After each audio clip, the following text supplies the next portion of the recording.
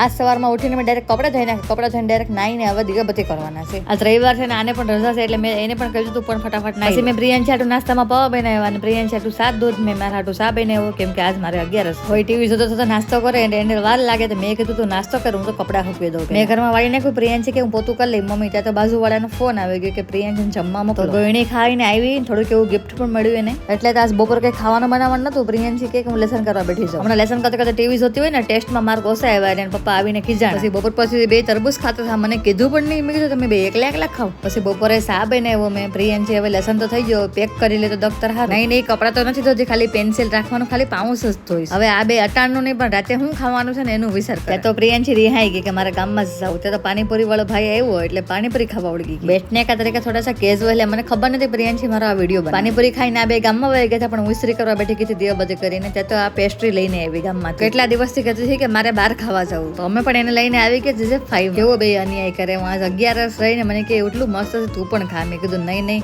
ખાઈ તો નહીં, પણ મેં માટું વિડીયો જરૂર બનાવી. મારા નાનો ભાઈ આખા દિવસમાં જે વસ્તુ ખાતો હોય ને એનું સ્નેપ મને મોકલે. અને આજ મેં સ્નેપ તો નહીં પણ ડાયરેક્ટ એને વિડીયો કોલ કરીને બતાવી દીધું. જો પણ તું પણ જો તો આની મોજ. એને સ્નેપ પાડવું એટલે એને પપ્પાને ખાવાય નથી દેતું. ખાલી મેં કીધું ખાઈ લીધું તો હવે તો પૂરું કર્યું. તે ખાઈને આ 2 કે થોડીક વાર અહીં બેઠું હોય, 2 બેઠા. હવે હાલો આપણે મળીએ કાલ. રાધે રાધે.